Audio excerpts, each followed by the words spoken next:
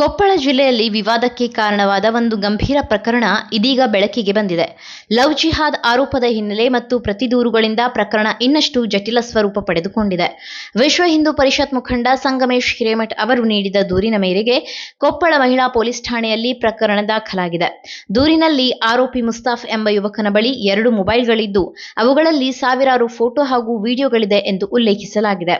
Police ಮೂಲಗಳ ಪ್ರಕಾರ ಮೊಬೈಲ್ನಲ್ಲಿ ಸುಮಾರು 7,000 ಫೋಟೋಗಳು ಹಾಗೂ 9,700 ವಿಡಿಯೋಗಳು ಇದ್ದು ಕೆಲವು ಅಸಭ್ಯ ದೃಶ್ಯಗಳು ಸೇರಿದೆ ಎಂಬ ಶಂಕೆ ವ್ಯಕ್ತವಾಗಿದೆ.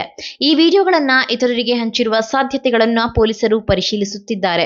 ಜೊತೆಗೆ ಬೇರೆ ರಾಜ್ಯದವರೊಂದಿಗೆ ಅಕ್ರಮ ಚಟುವಟಿಕೆ ನಡೆಸುತ್ತಿದ್ದಾನೆ ಎಂಬ ಆರೋಪವೂ ತನಿಖೆಯಲ್ಲಿದೆ. ಇನ್ನೊಂದೆಡೆ ಈ ಪ್ರಕರಣದಲ್ಲಿ ತಿರುವು ನೀಡುವಂತೆ ಕುಷ್ಟಗಿ ತಾಲೂಕಿನ ನರ್ಸಿಂಗ್ ವಿದ್ಯಾರ್ಥಿನಿಯೊಬ್ಬಳು ಪ್ರತಿ ದೂರು ದಾಖಲಿಸಿದ್ದಾಳೆ. ತನ್ನ ದೂರಿನಲ್ಲಿ ನಾನು ಮತ್ತು ಮುಸ್ತಾಫ್ ಪರಸ್ಪರ ಪ್ರೀತಿಸುತ್ತಿದ್ದೆವು. ಕೆಐಎಂಎಸ್ ಆಸ್ಪತ್ರೆ ಆವರಣದಲ್ಲಿ ಇದ್ದಾಗ 8 ರಿಂದ 10 ಜನರು ಬಂದು ಮುಸ್ತಾಫ್ ಮೇಲೆ ಹಲ್ಲೆ ನಡೆಸಿ ಅವನ ಮೊಬೈಲ್ಗಳನ್ನು ಕಸಿದುಕೊಂಡು ಹೋಗಿದ್ದಾರೆ ಎಂದು ಆರೋಪಿಸಿದ್ದಾಳೆ. ಇದರಿಂದ ಪ್ರಕರಣಕ್ಕೆ ಮತ್ತೊಂದು ಆಯಾಮ ಸೇರ್ಪಡೆಯಾಗಿದ್ದು ಪೊಲೀಸರು 2 ದೂರುಗಳನ್ನು ಗಂಭೀರವಾಗಿ ಪರಿಗಣಿಸಿದ್ದಾರೆ. ಮುಸ್ತಾಫನ್ನ ವಶಕ್ಕೆ ಪಡೆದು ವಿಚಾರಣೆ ನಡೆಸಲಾಗುತ್ತಿದ್ದು ಅವನ ಮೊಬೈಲ್ಗಳನ್ನು ತಾಂತ್ರಿಕವಾಗಿ ಪರಿಶೀಲಿಸಲಾಗುತ್ತಿದೆ.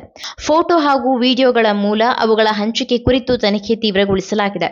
ಈ ಪ್ರಕರಣ ಕೊಪ್ಪಳ ಜಿಲ್ಲೆಯಲ್ಲಿ ಚರ್ಚೆಗೆ ಕಾರಣವಾಗಿದ್ದು ಯುವತಿಯರ ಸುರಕ್ಷತೆ ಕುರಿತಾಗಿ ಆತಂಕ ವ್ಯಕ್ತವಾಗುತ್ತಿದೆ. ಪೊಲೀಸರು ತನಿಖೆ ಪೂರ್ಣಗೊಳಿಸಿದ ನಂತರ ಹೆಚ್ಚಿನ ಮಾಹಿತಿ ಬಹಿರಂಗವಾಗುವ ಸಾಧ್ಯತೆ ಇದೆ.